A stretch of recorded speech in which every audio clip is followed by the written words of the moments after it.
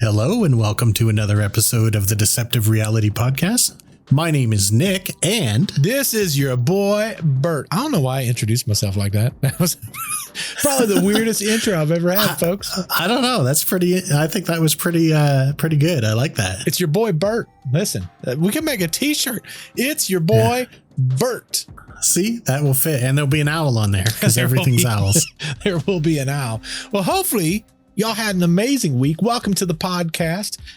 Today we're talking about something relatively interesting, at least in my opinion. I'm sure most of you have no clue what we're going to be talking about. They really don't, because we misled them. We did mislead them. Listen, we talked about drones. Y'all don't like drones no more. Why don't you like drones? Yeah, we like drones, but I guess you don't. I told Nick, I said, it must be only me and you that cares about drones. Yeah, for real. Because our last video, whoo, baby, it slowed down. Oh, yeah. I said, we got your message. Yeah, I said, you know what? Instead of drones, Bigfoot, baby. That's right.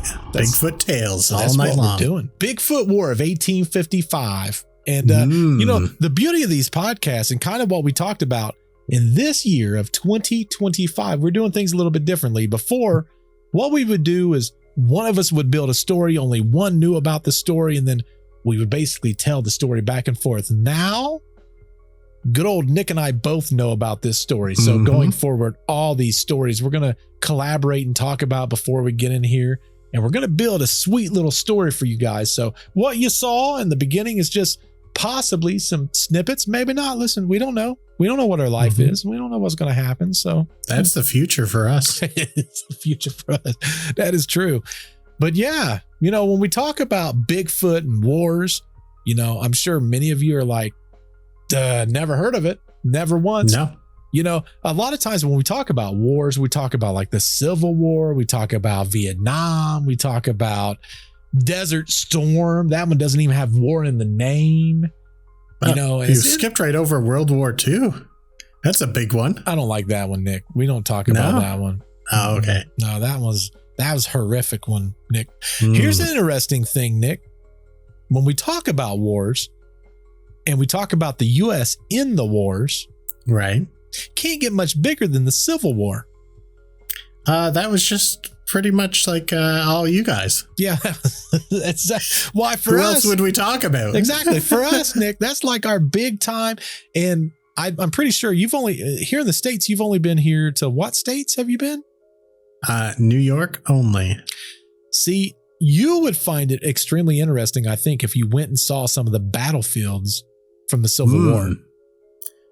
What is it? Isn't Gettysburg supposed to be really super haunted? It is. There's a lot of, probably one of the most exciting places I went to is the Jenny Wade, which is now a museum, but it was a house back then. She was cooking bread, and when she was cooking bread, she was shot and killed. Why? Everyone loves bread. Well, they believe that it was a sniper that had a shot that missed. And that's what caused it. So, and you can actually go to the spot where they thought the snipers were. It's super interesting. Everything is still kind of laid out the way it was back then. So that is interesting. Next time you come back, Nick, well, not the next time, because we're probably going to be ghost hunting at that point, but that's right. The time after that one, Nick, you're going to have to go back to Gettysburg. I will go to Gettysburg someday. You know what? I'd like to travel around the U.S. If you guys funded, and I'm talking to the sponsors, if you guys funded us, Nick and I go to Gettysburg and do some haunted houses there. Heck yeah. And go to this Jenny's house. Jenny Wade. Jenny Wade's house. So, you know, again, you know, we talk about like the Civil War, and I guess if you're going to force us to, World War II, whatever. You know, we talk about man fighting man. Right. Which is absolutely insane to think about when you think about, you know, the day and age we live now, like wars, at least in Canada and the US, I don't think the average person really thinks about war, period. Not very often, I wouldn't say. I mean, and we're in a lot of different places where there's conflict and we have soldiers, but like we don't really talk about it a whole lot where the youth hears it. And to be honest, it's a very different war. I mean, nowadays there's so much technology that, drones, he's talking about the last 2 weeks, drones. A lot of these drones are fighting in some of these wars, especially when we talk about like the Ukraine and Russia. Mhm. I mean, that's a pretty significant difference. Now, the wars of when we talk Civil War, World War II, brutal. Right. Almost Absolute- no drones. Yes. Zero drones, Nick, zero drones. But it's interesting because if you take someone's life nowadays is very impersonal. Right. Versus back then, it was a very personal thing. Mm-hmm. Up close almost sometimes. Up close. And you can't get much more up close than back in 1855. Right. So we're talking about the Southwest Oregon territory. That's where all of this mostly took place. Now, there's other tales that's going to be flipping in and out of these areas just kind of on the brink. But basically, when we talk about 1855 in general, and I'm going back even to a time that I don't even know. I don't know if you've seen some of these videos. Maybe I can find like some of these videos from back in the day. Not necessarily videos, but like photos of these huge forests and all these trees and how dense it was. And like some of these trees looked like they were forever up in the air, Nick. Well, yeah, it's like old growth forests, they used to call them, which we don't have much of that left in here. That's what I was curious about. Like in Canada, what does a forest look like there? Is it like the States or is it a little bit different? Well, on this side of the country, the forests aren't very tall. Like on the other side of the country, we've got the giant redwoods and stuff like that. But here, all our trees are kind of climbable and there's not much undergrowth in a lot of places. So it's not impressive. There's just a lot of it. Like here, I'm sure there's spots. Being in Ohio, like I have no concept of what it is. But I know there's these photos where some of these trees would tower. Like, oh, yeah. I'm lying here, but I'm going to guess. I'm going to guess like 50 foot in the air, 70 foot in the air, 185 foot in the air, maybe like 500 foot in the air. I don't know how tall these trees were, but they're friggin' huge. Right. Now think about it. Not only do you have these trees that's super tall, however tall they were, ginormous, okay? But they're thick. Like trees are like side by side by side. Like every horror movie you watch, someone's running through these trees and they're trying to escape. Now, back then, you'd have to like push your way past some of the trees. Oh, yeah. Plus, like I was saying, all the undergrowth and stuff, they would have had all that back then. Exactly. So when you think about all that, this is the kind of environment we're going to be talking about today. Right. And then back then also, in 1855, there wasn't electricity. There wasn't this abundance of technology. So if you will, okay, I'm going to try to everyone put your imagination caps on. And if you're watching on YouTube, maybe there'll be videos. Sorry, all you Audible listeners. But for you Audible listeners, I'm going to try to bring your imagination in just a little bit. Okay. Picture this. You got farmers. They're sitting around a campfire. They're swapping tales about these enormous footprints, right? Like we're talking like 18-inch footprints. And they're noticing these footprints around these creek beds. Now, we have Bigfoot stories, Nick, right? Like it's not uncommon. And typically, what's one of the big things that we talk about when we talk about our Bigfoot stories? Oof. They got some big old freaking feet, right? Yeah, big feet. That's where the name comes from. That's where I was going with that, Nick. You're catching on pretty quick. But we do these castings. Back then, I don't think they were doing a lot of casting. No, I wonder how old Plaster of Paris is. I don't think that old. I don't know. That's a great question, though. If we was a good podcast, we probably would look that up. Maybe there's something on the screen right now if you're watching on YouTube that's saying this is when this happened. But that'd be cool. Let's say back then, obviously, I don't think that they wasn't doing that back then. So literally, this was all just tales, right? But they're sitting around these campfires and they tell, hey, I saw this big footprint. It's over there by the creek beds and yada, yada. It's just a great tale. But then, Nick, barns, they started getting raided and just in the dead of night. Okay. We're talking like livestock gone, vanishing without even a trace. Now, the weird thing about all that is, at least it's weird to me, right? Is these thieves, whatever they were They wasn't boot prints. Back then, I think probably everyone was wearing boots. At least in my mind, they're all wearing boots. Okay. Yeah, I think everyone would be probably in that region, wouldn't they? I mean, I don't think so. I think there was probably like what do they call those that the natives was wearing around that area? Because Like you got to remember, moccasins. yeah, the moccasins. Native Americans was around that area, and they was also trading goods. So I'd have to think that some people was maybe wearing that, like Davy Crockett would for sure, Nick. Yeah. But that still leaves a very different footprint. Correct. Than a barefoot would. Correct. Now, the interesting thing is when they would go and look at, well, where's my livestock at?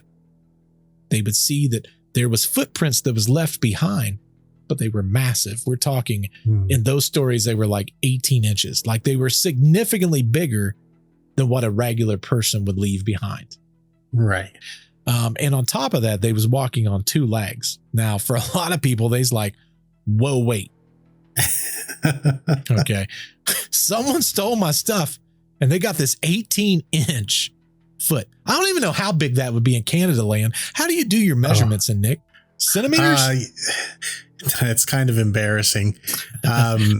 We actually do like body measurements also in inches. So this is like one thing we can talk about without translating. Wow. I never thought it makes no sense that we do that, but that's how we do it. Well, I think a lot of people, they use centimeters, right? Like Not other countries and for stuff? body measurements. Other countries, yes, but Canada and the US, like if I were to ask you how tall you are, you'd say something feet, something inches. Yep. I'd be like 5'11". I'll be darned. Yeah. Look at that. You know what that's called, Nick? What? We imprinted that concept on you. Well, here's something you might not know.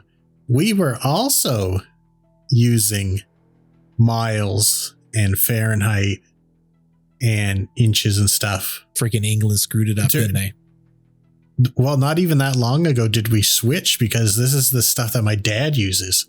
Like he thinks in miles and all this stuff like that. So it wasn't that long ago that they switched, just before me. That's crazy. I did not know that. Yeah. So we sort of, I guess it's the opposite. We are being influenced by the rest of the world. Yeah, you're being screwed up, Nick. You guys need to come back. I don't know. Listen, when you guys become our 51st state, then we can just put everything together. Okay. Make it super easy. Okay. Nick Bert, glares at me every single time. You think these Bigfoot are trouble? You wait. I love every single time I say that, and I'm probably going to say it for like the next 4 years, just for the record. I like that Nick always gives the glare, like, if you keep saying this. Listen, I'm probably going to say it for 4 years, except for... I better get used to it then. The month leading up to September, because things are going to get real when Nick's here in September. So... maybe leave it off, and I don't know, August, I'm going to claim some states and they're going to be new provinces. That might not be a bad idea, Nick. No, listen, fight fire with fire. You know what? All I could say about that is when you get done this podcast, look up why your White House is white. I don't know that I want to know, Nick. Oh, you don't know? I don't know. Canadians burnt it. You painted over it to cover the blackened parts. You bows. I knew there was a reason. And they say you guys are nice and kind. That's a lie. Well, we do what we got to do. Well, anyway, since you guys use inches anyway, these are 18-inch freaking footprints, and they're footprints. Like they're legit. Yeah, they can see toes. Wild. They can see the heel. Mm-hmm.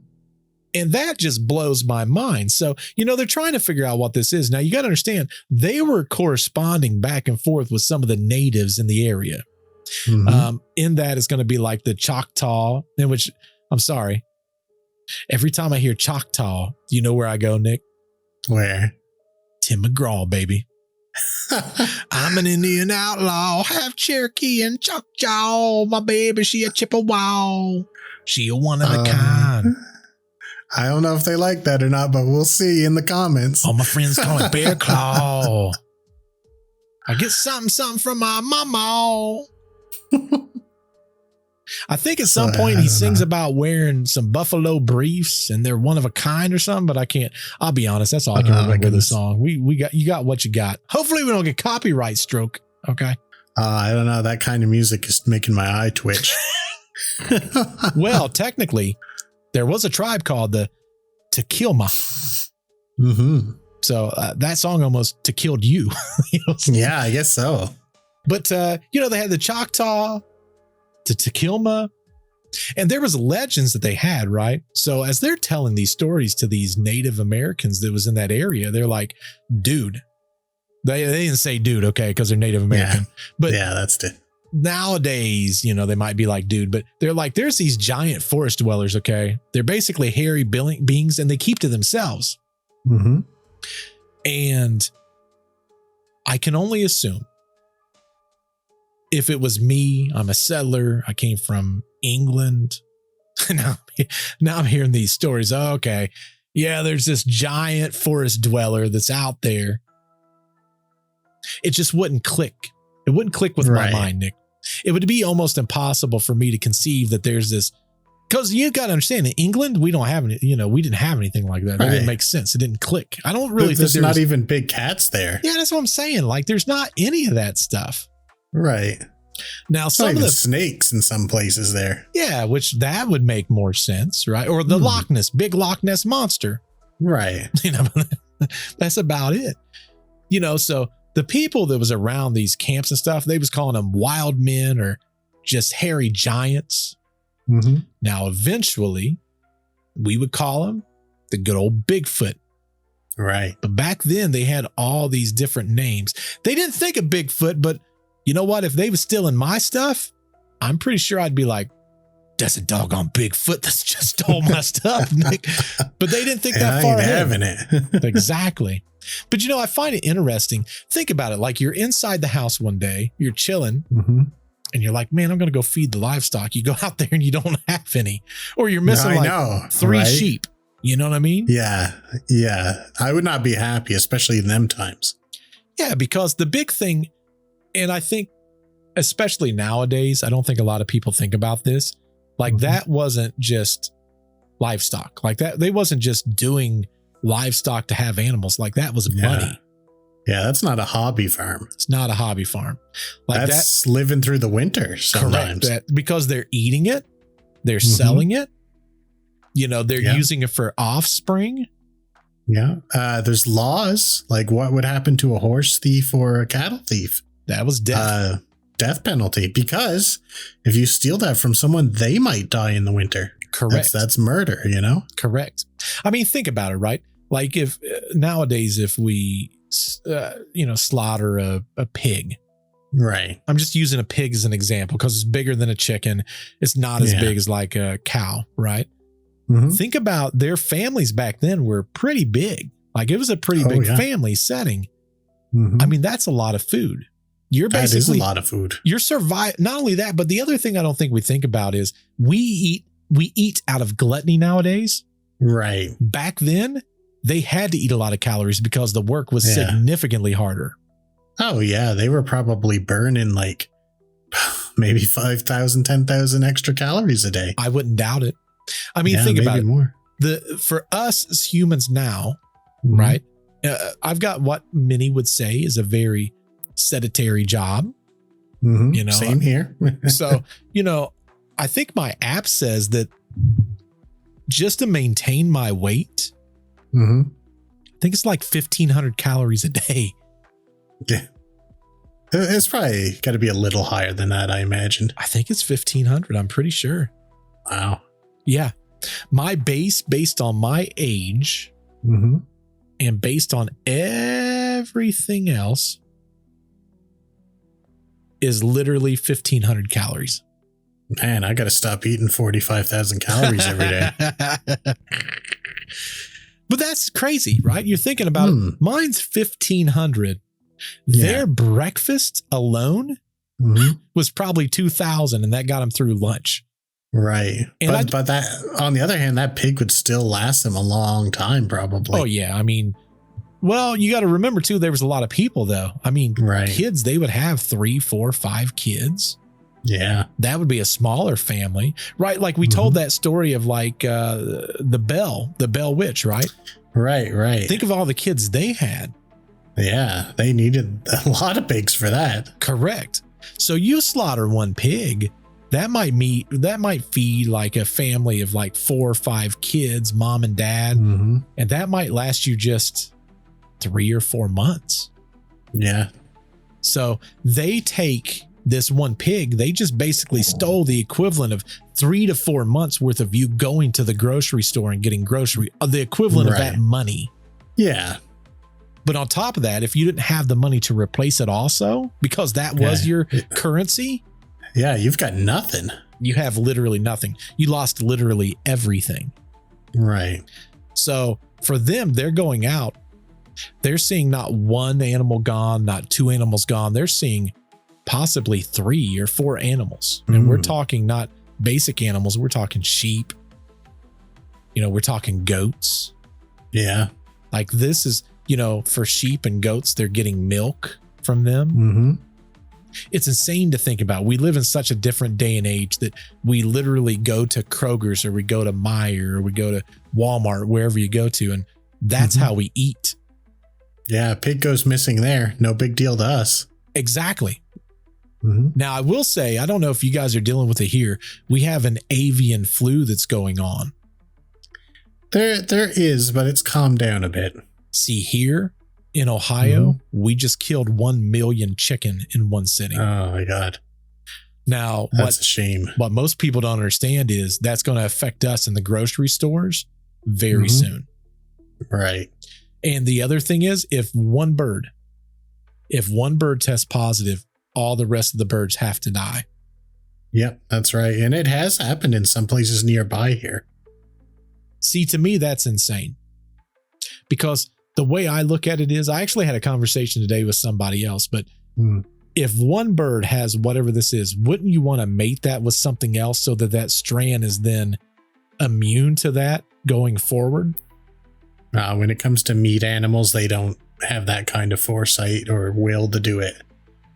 It's just run through a generation, like killing a million of them. They'll have 1 million again in a couple months. Possibly. But think about how much money lost that is. I know. I don't know. Because think about it. They're even killing the chickens that's creating the eggs. Right. So now this farm has to start all the way back over. I don't know. I just find it interesting. But anyway, going back to what we're saying, because we're sticking with stories nowadays, folks. That's right. They got all this livestock that's missing. And then you got these old timers that's in the tribes and the Native Americans. And they're like, listen, you just don't want to trespass on their land. But a key thing that they said that I found very interesting is also their hunting grounds. Right. Now, do you know why that's so interesting that they said that, Nick? Well, hunting grounds is kind of like they're not scavengers like it almost seems like they are. They're like they'd normally be hunting for their food. Correct. Now, when we think about Bigfoot, and there is theories that they are carnivores, and there is a part of the story that we're we're gonna not go into. But there's a very gruesome scene that I don't really think adds to the story at all, but it really shows that they could very well have been carnivores in that story, that part of the story, should I say. But it's interesting that the Native Americans were like, listen, they have hunting grounds. But then I sit back and I think, you know what? If they got these hunting grounds, it's not like they've got bow and arrow. Okay. They don't have rifles. They don't have slingshots. What are they doing? Are they running these animals down? And is that how they're taking them down? Like, that's an insane That's thought. kind of how we used to do it. Yeah, but I think we leveraged a lot of, even back in the primal days, like we may have potentially outsmarted an animal to get a leverage, so to speak. But I feel like eventually, like, we learned things like traps, some type of like a, what do they call those with the ropes? The ropes like on the ground that kind of like captures them to a degree. Oh, the snares. I feel like in the early days, we was kind of coming up with snares, And then we was coming up with like slingshots. And even like primitive man, when you see those pictures with the dinosaurs, they've got those spears in their hands and they're thrust them towards the, and that's all true because that was on walls. You know what I mean? Must have been. Had to be true. You know what? Before we got to those stages, we were chasing them down. Chasing them off cliffs was a tactic we used to use. Yes, very much so. Throwing rocks at things or, stuff like that. Just whatever we could get our hands on, throwing it. Because we're the only things that could do that. Right. Now, it's very interesting that we talked about this up front. And you guys will hear this again a little bit further in the story, but just keep that in mind when we're talking about how we used to do things. Right. But for the Native Americans, that's like rule number one. Just stay off the grounds. Don't go into where they're hunting. Don't do any of that kind of stuff. But now you've got these settlers. Again, they're looking at this and they're going, come on, man. Okay. So you're telling me there's these hairy men. They're huge. Ooh, stay off their grounds. That's super spooky. Listen, I'm losing livestock. Yeah. Okay. Somebody's stealing it. Somebody needs to pay for this, right? Like this is folklore. It's kind of like what we talked about earlier. When we talk about Native Americans, they have a lot of folklore and a lot of different things. A lot of times they would worship gods. They had these different, not like a ceremony that they would do to, have good luck and stuff like that. So when these, the best way to put it would be settlers, when they hear all this stuff, they're like, okay, come on, man. Like, okay, we're going to go find who stole this stuff and they're going to be annihilated. It's kind of like the horse thieves, right? We're going to go and we're going to take care of whatever this is. Right. Well, one big part of the entire story, right? Because they've already ventured this off. This is all fairy tale. It's the winter of 1854, like the early months of like 1855. Now there was a serious uptick. We're talking sheeps and goats, even an occasional cow, right? They would just wake up one morning and gone. Because again, they're getting rid of this stuff. They're stealing this stuff at like midnight. Right. But on top of it all, to make matters worse, whatever's stealing the stuff is leaving behind broken fences. But the crazy thing is, like the doors where some of the stuff would be in, grabbed and ripped right off the hinges. Man, that's power. Can you imagine? Like when I think of stuff power, like that, dude. Like when you think of an animal doing that, right? Yeah. You're thinking bear, right? That's what I would assume. Well, that's the only thing I could think of that would have the dexterity even to do that. You would have to be so strong. Because think about it. Nowadays, someone could probably rip my door off the hinges because let's be honest, might be a little shocking. They don't build them like they used to. Okay. But back then, like they bolted these bad boys down. They had to be set for blizzards. Right. Just for the safety of livestock. Like we're talking thick wood. This big old freaking trees are cutting down. Well, this is solid wood too. This ain't like, wood. How our doors don't really have a core in them a lot of the times and stuff. Yeah, they didn't have none of that going on. Now my door, Nick, metal. No big feet's coming in there. I mean, he can try. He can try. Now the hinges, he might have me on the hinges, okay? Yeah, they're made out of plastic. Yeah, they're made out of plastic with a little bit of bubble gum and some duct tape. But the door, solid, okay? Right. But on top of all this, there's this guy, Jeremiah Wilkes. And he's like, I'm done. I'm losing all of this livestock. Again, we're talking about a cow. Like the cow, that is meat. That is milk. I would think when we talk about livestock, a cow has to be like one of the worst possible things you can lose with the exception of a horse. Yeah. Now, a horse doesn't give you anything as far as meat and stuff, but it was its use as a tool. Right.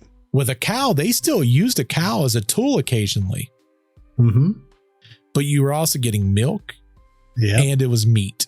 So it was like and cheese and all the milk byproducts. Oh, correct. Anything that has to do with dairy was coming through that. So he's losing all this stuff and he's like, you know what? I'm done. In fact, he had moved to Oregon just to have a little bit of peace. He was in the wars. he's coming back. He's like, I've seen all these gruesome things. We talked about war being significantly different in 1855. Like you saw some gruesome stuff. And, you talked about, you saw that movie recently, right? Right. And how that gave you nightmares. Think about going through a war where it's literally hand-to-hand combat. Oh, yeah. I can't even imagine stuff like that, because then you've got the cannonballs exploding. And right. Correct. I mean, you would literally have nightmares, probably. You would have like our soldiers nowadays. They have PTSD. Yeah, PTSD. You know? So he's going to Oregon to live this better life. He saw things he probably never wanted to see. Well, now he moves to Oregon, a little bit of peace and quiet. One morning he goes out, barn door absolutely destroyed, obliterated. On top of all that, 4 sheep are missing. Ooh, that's a lot. That's a lot. He goes out there and he's like, who the heck stole my stuff? I'm paraphrasing. I don't know if that's what he said. That's what I would say. Right. So the first thing he's going to do is look down. He's going to say, well, how many people stole this? And guess what he found? Massive freaking footprints in the mud. 18 inches. We're going to go with 18, maybe 19 and a half. Okay. Maybe that Bigfoot played basketball. We don't know. That's right. So he finds these massive footprints. And again, this would have to be surreal. At least for me, it would be surreal. At first I'm shocked. My freaking barn door, the hardest thing probably on the barn door, smashed. It's gone. Right. 4 of my sheep is gone. And now I'm looking down at these footprints that makes no sense. No human left these behind. No. And, I sit back and I think to myself, did they even think that someone made these fake footprints? Well, that's what I was just thinking now. Would I be like, someone had like some kind of weird fake shoe thing to make me think this was a monster or something? But the weird thing is I would think that even then there had to be like probably impressions of the toes and stuff. Yeah. I would think that would be scary if I saw something like that and I'd never seen it before. And now I'm looking at it and I go, how did someone create something to make this? But then I would look at it and I would see almost like a 3-dimensional plane. Like if you put something on a shoe or on a boot, I guess back then, and you push down, it would almost be universal. Right. Like a piece of wood or something like that. But to see actual toe prints and heel prints and the depression of the curvature in the foot, like I would think that would be a very spooky thing to see. I think so too. And I think for most people it would be. Jeremiah here, he's probably, like you said, he's war hardened. He's seen the worst of the worst. Right. He's probably like surprised. Oh, I'm sure. But he knows the fate of this creature if he catches it. Correct. Because in his mind, he's like, I'm done. Like, I'm not going to do this. First off, I got to repair a barn door. Back then you can't just go to Home Depot and pick up another barn door. Yeah. So barn doors and more. Yeah, there's none of that. So now he's like, okay, I got to replace this barn door. It didn't really say, but I mean, if there's a barn door, it probably destroyed other things to get these 4 sheep. Now we're talking about 4 sheep gone. Yeah. So they probably busted through stalls. Right. Messed up all kinds of tools and stuff. Correct. So you've got all this, and he's telling his neighbors, he's like, hey, this is what's happening. You guys are having this issue too. You've seen things. And then all of a sudden now he's got a little posse. Right. So they start arming themselves with muskets and rifles, and they went out. They were bound to determine who's ever stealing our stuff. Okay. The natives are telling us that there's these hairy creatures. Crazy. Okay. We're going to get who's ever going to go do this. So for a couple of days, they followed these very faint trails with footprints that went all the way into the mountains. And the more footprints they saw, they was building this path until they ran into some weird bone piles, Nick. And I know you know this part of the story. Would you like to tell them what they suspected these bone piles to be?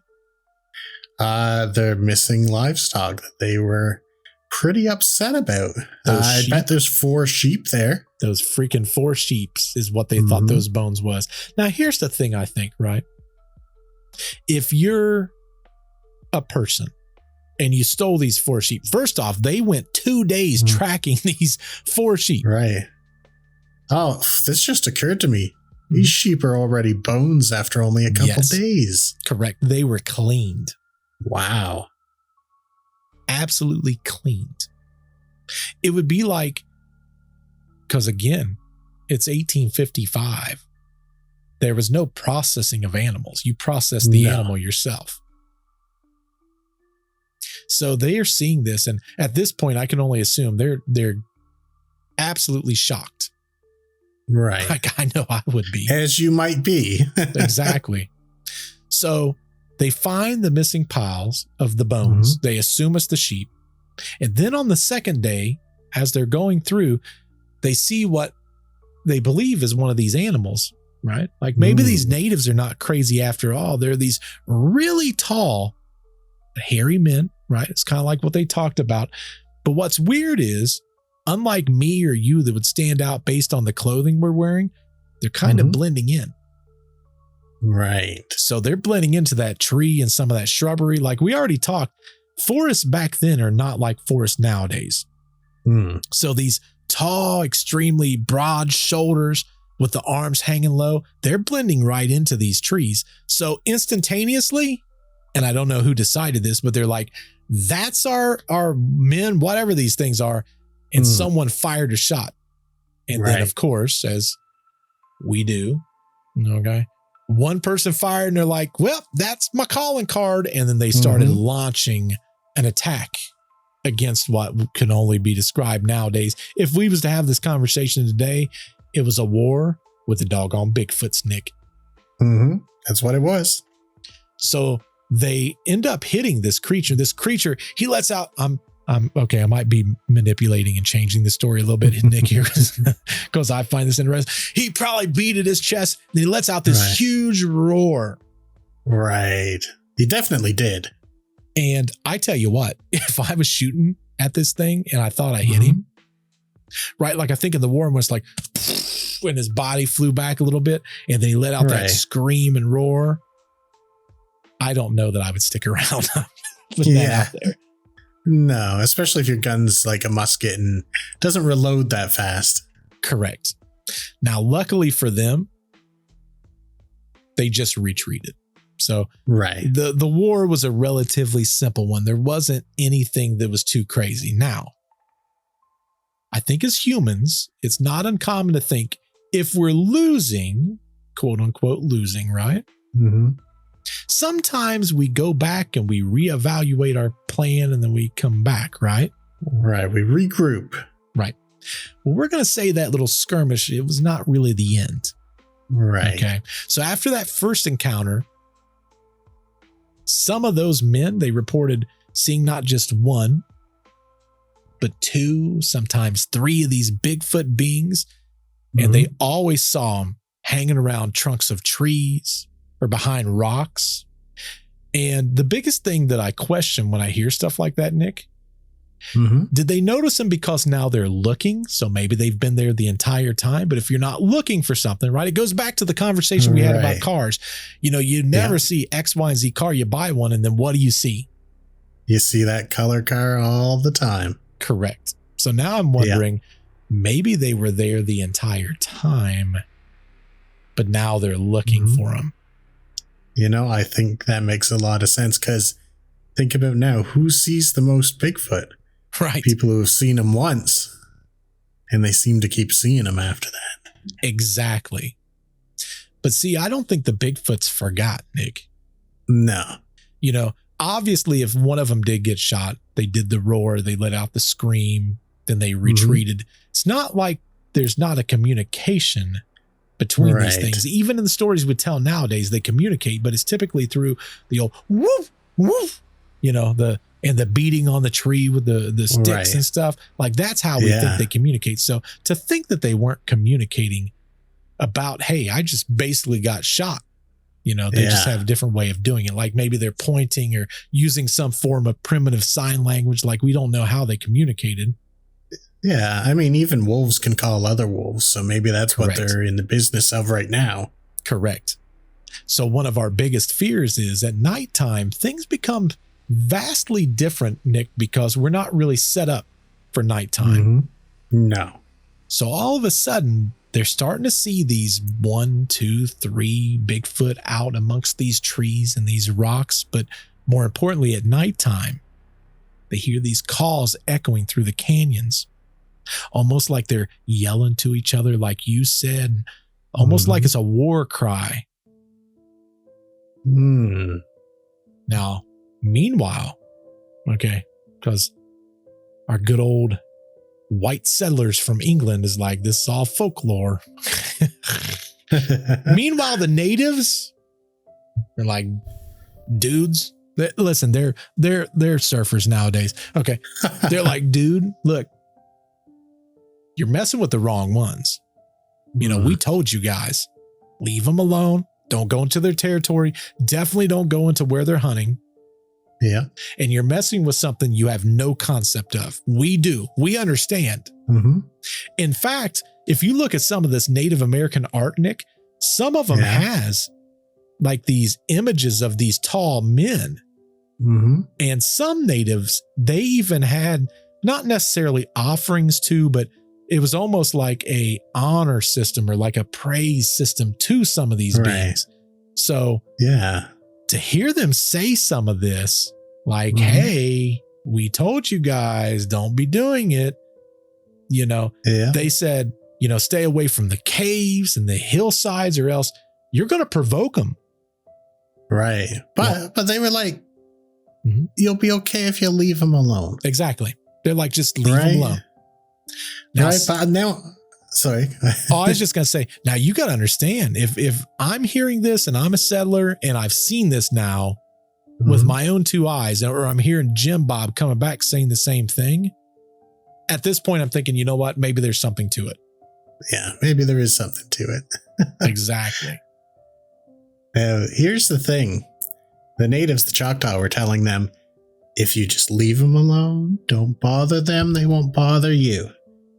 And they were sort of taking their own advice at first because the Choctaw were losing some of their livestock, because they had some too. They were pretty good friends with the settlers. They didn't have any trouble. They talked to them frequently, and they were losing some of their livestock too.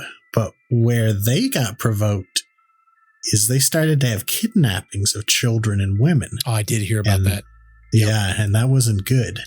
So they had a fella who was a pretty good leader, and he was well respected, not just amongst the Choctaw, but also the settlers.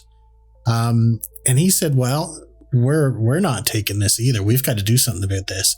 The livestock we can deal with. We do pretty good in these lands. But Joshua Lafleur, that was his name. There's even a county named after him and everything. He's like, we got to do something about this. We can't have him kidnapping the family. So he took a whole, like you said before, a whole posse of guys, but they had one family that was particularly adept at war. Yep. And that was the Tooby brothers. Correct. Now, something interesting, Nick. Yeah. Because you got to think about this, right? We said the Native Americans generally left them alone for the most part. Right. What was the heritage of our boy? Of Joshua Lafleur? Yes. Oh yeah, he was native, and he had French. white blood in him also, right? Yep. Yeah. It's the doggone white blood screwed him up. He should have listened to his ancestors. It could have been, but he got them riled up too. He did. He got them fired up. Now, we talked about the Tooby brothers, and you know a lot about them because these guys are legendary. Correct. These are legendary warriors. They were not too far off being the height of these Bigfoot. Oh, yeah. They were like 6'5", 7 foot tall. And you brought up, and I had forgotten earlier, how much they weighed each of them. Freaking 300 pounds. They some healthy boys. They've been eating good until their sheep been stolen and stuff like that, I guess. Correct. But interestingly enough, them being these giant guys, these giant warriors, weighing 300 pounds each, they were called the Light Riders because they were so quick too. They like were good. They could do it all. You know what that reminds me of? What? You ever watch wrestling, Nick? American Not wrestling? so much, but I got some friends that are nuts about it. There's this guy named Brock Lesnar. He was also a UFC fighter. Mm-hmm. The number one thing they said when he went to the UFC was that he was this huge guy, but he was fast, just like they were. He's like, you don't get that combo very often. Oh, no. I mean, think about it. The more muscle you have and the bigger you are, the slower you are inherently. Right. But these guys, much like Brock Lesnar, think about two Brock Lesnars just on freaking horseback, right? Yeah. To get their sheep there was like a number of them. There wasn't even just two. I think there was like 4 or 5 of these guys. Right. So that family has good genes. Oh, yeah, for sure. They went to the same wish. Is what we talking about. Big families back then, Nick. Right. That's right. So he had them. He had like probably 5 of the Tooby brothers, and it was Joshua LaFleur. And he wasn't a slouch himself. He wasn't that big, but he was a great warrior, well respected in both communities. Yep. And he took a bunch of other people with him too. And they, they'd been telling people, don't go near this place, don't go near that place. So when they go hunting for him, they know right where to go. Yep. They knew where to look for these.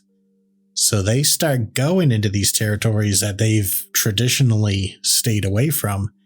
And they start to know they're on the right trail because it's just this awful stench. It's like the smell of death and probably BO and a bunch of other horrible stuff. Which we talk about a lot. When we talk about Bigfoot cases, that's not uncommon. Yeah. They say there's almost like a musky smell. Yep. In fact, and there's skunk apes. That's what I was just getting ready to say. Bigfoot. Yeah. They got them doggone skunk apes, and that's where they came up with the name from. It had that musky, like a skunk smell to them. Yeah. Now those ones are a little smaller, but I bet they're not as stinky as the big ones. They're not. They definitely are not. Yeah, but that's what gave them the idea they were on the right path. And they get upon this part and they again start finding bones like you talked about before. But unfortunately, they also, and I'm not going to go into great detail, but they also found some of the kidnapped victims. Yes. And they weren't doing so well.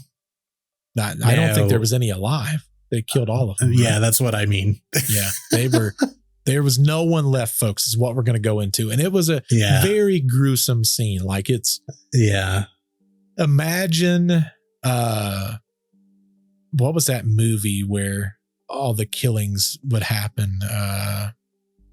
Texas Chainsaw Massacre? Yes. It's like Texas Chainsaw Massacre, but in 1855, folks. Yeah. Yeah. Well, I mean, just think about the sheep and you got the idea. Right.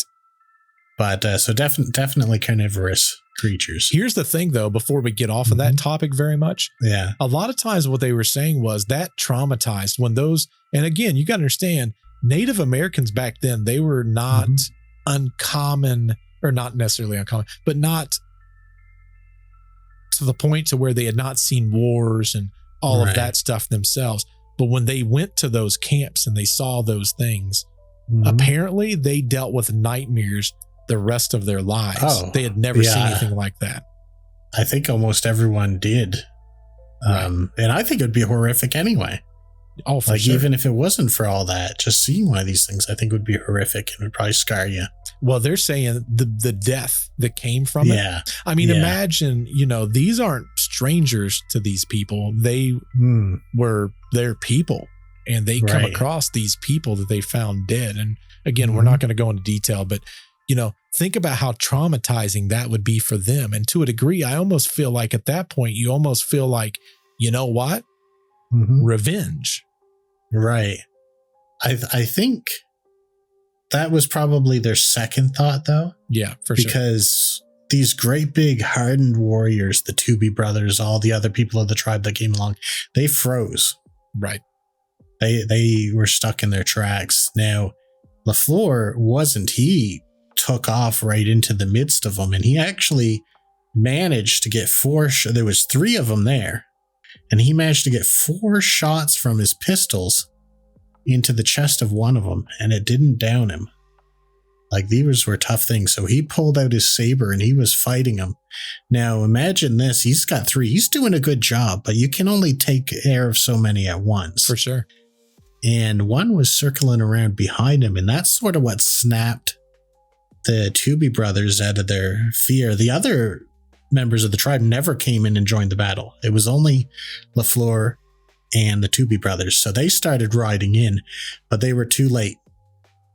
One of the Bigfoot circled around behind LaFleur, put a hand on his shoulder, a hand on the top of his head, and pulled his head off so easily and so quickly that he didn't even realize, he didn't even drop his saber right away. That's insane.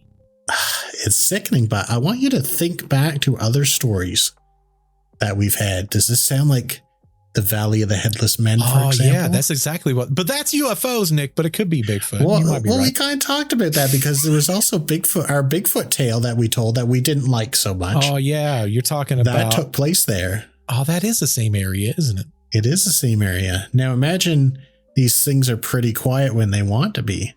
Sneak up on someone around a campfire, just pop their head off, take it with them.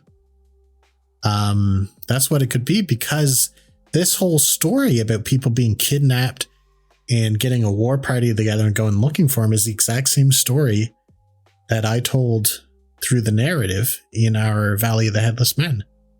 You know what? I never really pieced all that together, but yeah, that would definitely fall in line. And, but I think back then we looked at, maybe it was a ghost, or maybe it was an alien or whatever, but like when you're hunting here in Ohio, right? And let's say you're hunting deer, they call them the phantoms of the forest.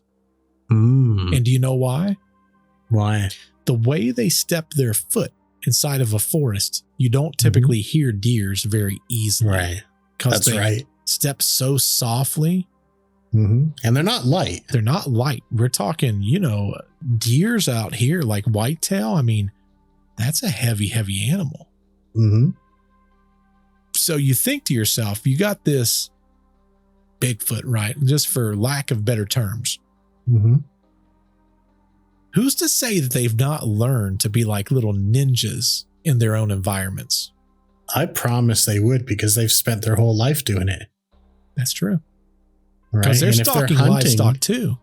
Exactly. Like we talked about earlier, they were hunting like we used to hunt. Right. It's insane to think, though, because such a massive animal. Oh, yeah. Especially with big feet. Like, it would be hard to dodge leaves and stuff on those big old feet. Right. Exactly. Or, I mean, I don't know. You know how snowshoes work? Bigger surface area, treads lighter on the snow, you don't fall through. Maybe there's something behind that, too. That is true. That's how the abominable snowman stayed alive, Nick. Yeah, must be. But such an insane story. It is. I mean, like, pop the guy's head off. Now, the Toobie brothers came in and they actually were able to dispatch the other three. And they burnt the bodies and they never went back to that area again. That's insane. There definitely was more, because this was happening the same time that your story was happening, roughly, and other tribes. Well, and you got to figure the end results was kind of the same. Like the group that I was talking about before we went to the Choctaw tale, like that was kind of the same deal. They had went out and they had found these things. They're hearing the howlings at the nights and stuff. So what they were doing is they was going out kind of in pairs. They would fan out in pairs and they would climb up super high, kind of like any time in war, if you can get an elevation, kind of see down, see what's going on. Yeah. And which they had saw multiple figures kind of at the edge of a clearing. They thought maybe there's like 4 or 5, something like that. And it's not hard to figure out that's what it was right there. These towering shapes.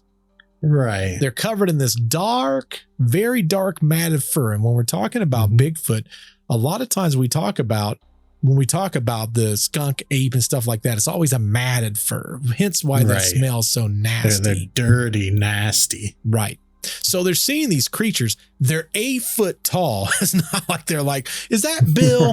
No, I don't think that's Bill. I think it's that Sasquatch. You know what I'm saying? But as soon as they saw him, all hell broke loose. It was muskets firing. Now imagine again, these forests are dense. They're thick. And back then you got gun smoke, and it probably just, it's like when I think of like the Civil War, right? All that gun smoke smell. One of the creatures that howled so loud, they said that there was a reverberation in the guy's rib cage. Think about how loud that would be, right? I'll tell you, if you go to a metal concert, you can kind of understand what they're talking about. I've not been to a metal concert, Nick. I need to go to one. But I mean, that takes a lot of equipment to do that. That's not just some dude howling. That's one thing howling. Mm-hmm. Like, think about that for just a second. Yeah. Well, these things, they let out this howl. Now, they're not just sitting there and they're just not taking it at this point, right, Nick? It's war. Mm-hmm. Right. You already shot one of our boys. Mm-hmm. We're not dealing with it anymore. So they start picking up these huge branches and rocks, and they're throwing these things. Now, when we're talking about throwing, which goes back to our beginning of our conversation when we talked about how we learn to do stuff, their accuracy, next level. Right. It's taking men out, right? They're getting hit in the shoulders. They're getting slammed by these big rocks. And after only a few chaotic minutes, the militia, they're like, yep, there's 30 of us here. There's 5 of these things. No, we're done. We're good. We're out. Yeah. So they start running because they don't even understand this. You know, think about it. You got a creature picking up this huge rock and hitting it, and it's hitting the dude right beside you with more accuracy than your rifle or musket. Right. You're like, nah, you know, maybe this wasn't my war. Now, a few men, they simply just disappeared. Right. All this is going on. They got scared. And what we typically do is flight. You know, we either fight or flight. They chose flight, and they were never found again. Now, my only assumption is they got found by our large, hairy friends. And much like, because if they can take out a militia, they can take out a couple stragglers. Oh, yeah. Think about it. If it's a case like what you was talking about, where it clean took the head right off of him. Right. What do you think the fate of these men were? Probably the same. Probably the same. So they were gone. Now, the word of this fight, right? We're going to call it a war because war sounds better and it's more clickbaity on YouTube. So this war, they got this war going on. It's all over the place. But the newspapers at the time, they weren't going into great detail as far as what was going on. You know, right. For them, they's probably like, you know what?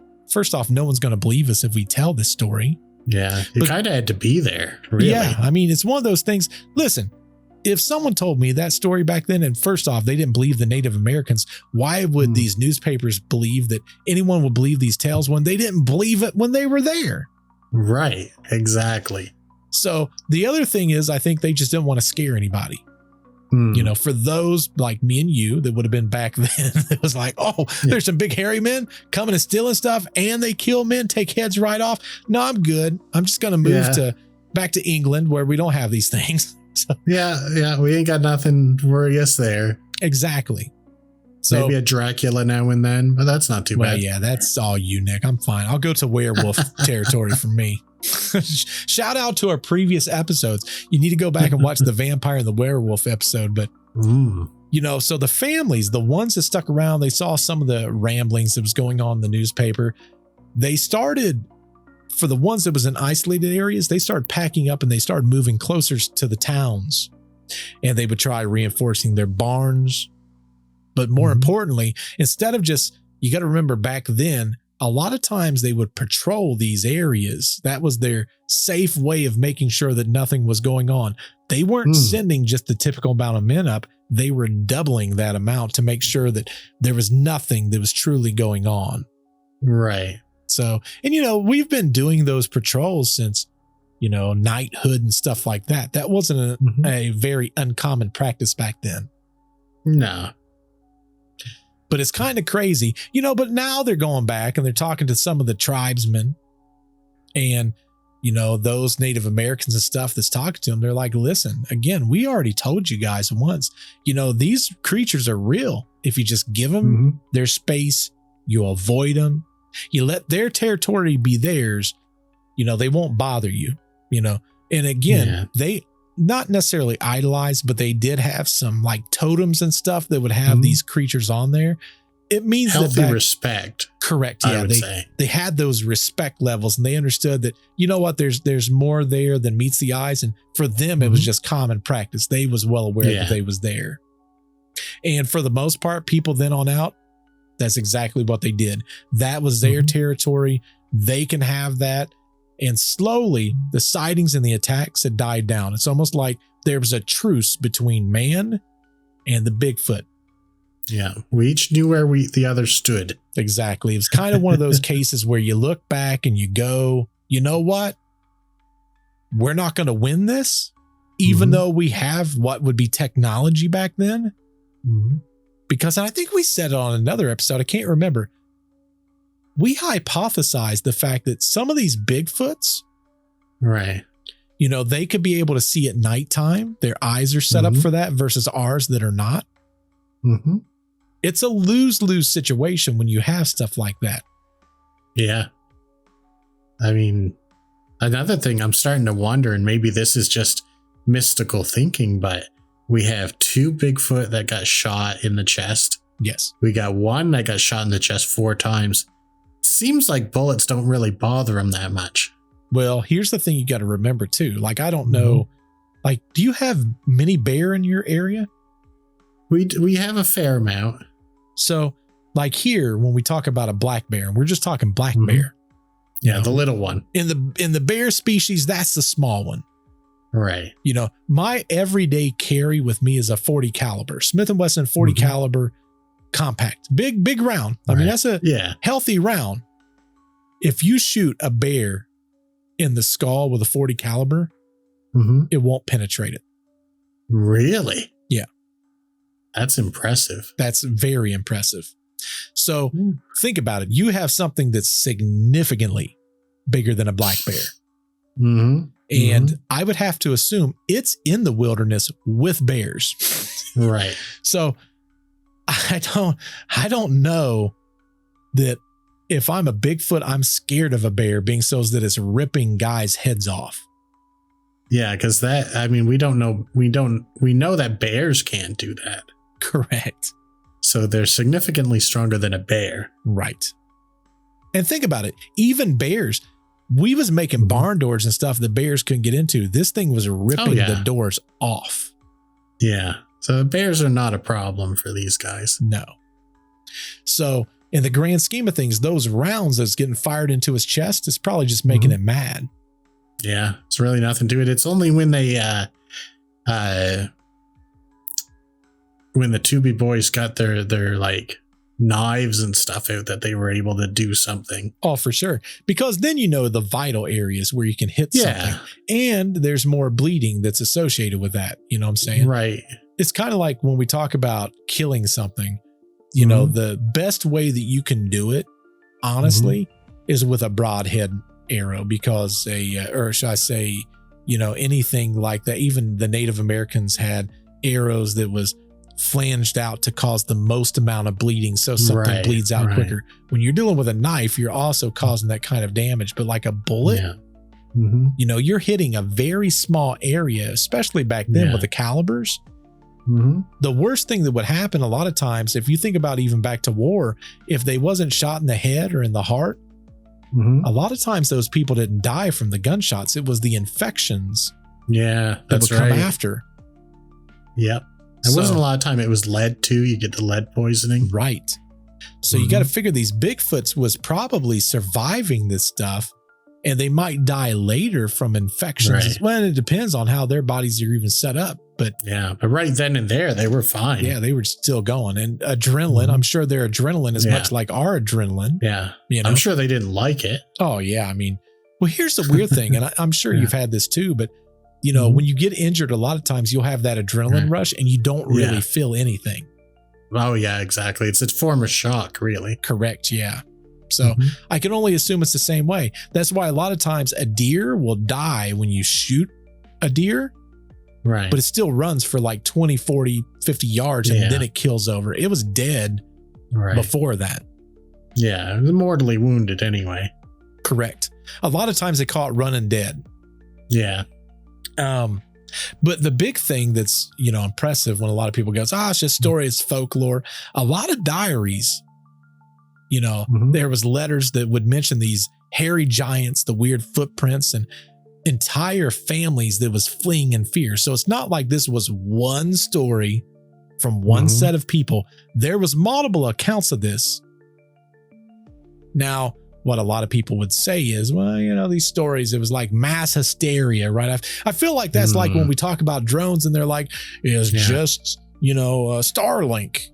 Right. That was like exactly the Starlink of 1855. It's just mass hysteria. Yeah. Never mind this super popular guy who we're going to name the county off of. Right. And, he saw it and died from it. Like, never mind that. Right. Well, and when they consider it like mass hysteria, like frontier myth, the things that a lot of people don't understand is the tribal stories. They remembered what happened significantly different. They recounted how the forest people stood their grounds against a human aggression, right? So their story was significantly different than even what we told. Right. Now, to this day, there's very little physical evidence that you can even find, right? Like you might be able to find like a battered door hinge or like an old door that might have these deep claw marks in a museum collection. Right. The fascinating thing that I think is even, when we look at nowadays, especially when it's like hikers, because, now we're crazy and we actually hike things for fun. I don't know who those people are. I'm definitely not one, but wild and wacky guys. Yeah, absolutely. But, they'll go out and they'll hear these strange whistles. Sometimes they'll see that glimpse of like a large shape in the, in the undergrowth of what's going on. So to a degree, we still have some of those thoughts of, what was happening back then, but definitely not like the story of that war of 1855. Now, is there anything that really stands out to you in this entire story of 1855, Nick? When we talk about the story, like, we talk about Bigfoot a lot. Right. And we go, these stories just crazy. Like that would never happen. Like the one Bigfoot story we told. It was like, you know what? That would never happen. It's crazy. Where do you fall in with this story? Well, I mean, so when I did that first story, it was because you had said one of your acquaintances or friends or whatever wanted to hear a Bigfoot story. And I was trying to find one. I found one and it sounded outrageous. It really did. Right. But then when we were researching this one here, there's so many stories, and this is not out of line with their behavior sometimes. Right.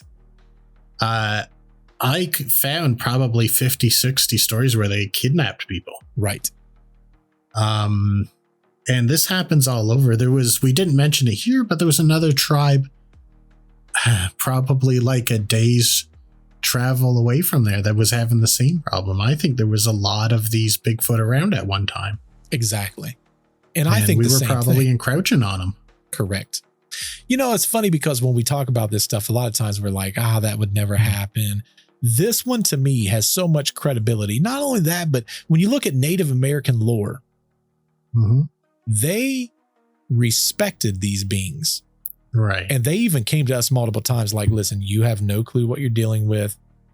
Stay away. To a degree, I don't think it was a case where they was trying to protect whatever this was. I think they were like, if you go mess with this thing, what's the age old saying that I can't really say here, mess around and find out. Yeah. Yeah. We messed around and we found out. Protect the peace that we've got going on here for generations and generations. Don't stir up trouble because it's going to come to us too. And it did. Correct. So I just find it a very credible story. It's one of those where I'm like, you know what? Maybe not true. But when we talk about Bigfoot, we always said we wanted to find a story that maybe holds a little bit more credibility. I would say that's this kind of story. Yeah. Yeah. And how it links to all, like a whole bunch of our other stories, has made me rethink a lot of them, actually. Correct. But what says you at home? What do you think? Do you think there's something to this story? Do you know a story that we don't know about Bigfoot, or even one that pertains similar to like the story we told today? If so, I would love if you'd tell us in the comments down below.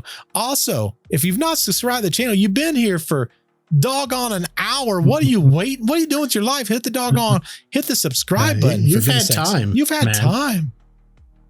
How many episodes have you watched and you're not even clicked? Some people, they click, Nick, and they don't even know that they're unsubscribed for whatever reason. Sometimes I think the YouTube machine does that. Unacceptable. I had that happen actually recently. There was a channel that I watched all the time. I was subscribed to them. They said that in their video, and I'm like, that doesn't happen. I look, it did happen. I wasn't subscribed. Yeah, that's happened to me before too, and it's been going on a while. It's crazy. It makes no sense. But anyway, hopefully you enjoyed this story. We'd love to know what you think down in the comments down below. But until we see you on the next podcast, goodbye. Cue that sound I made at the beginning of the episode. But also goodbye.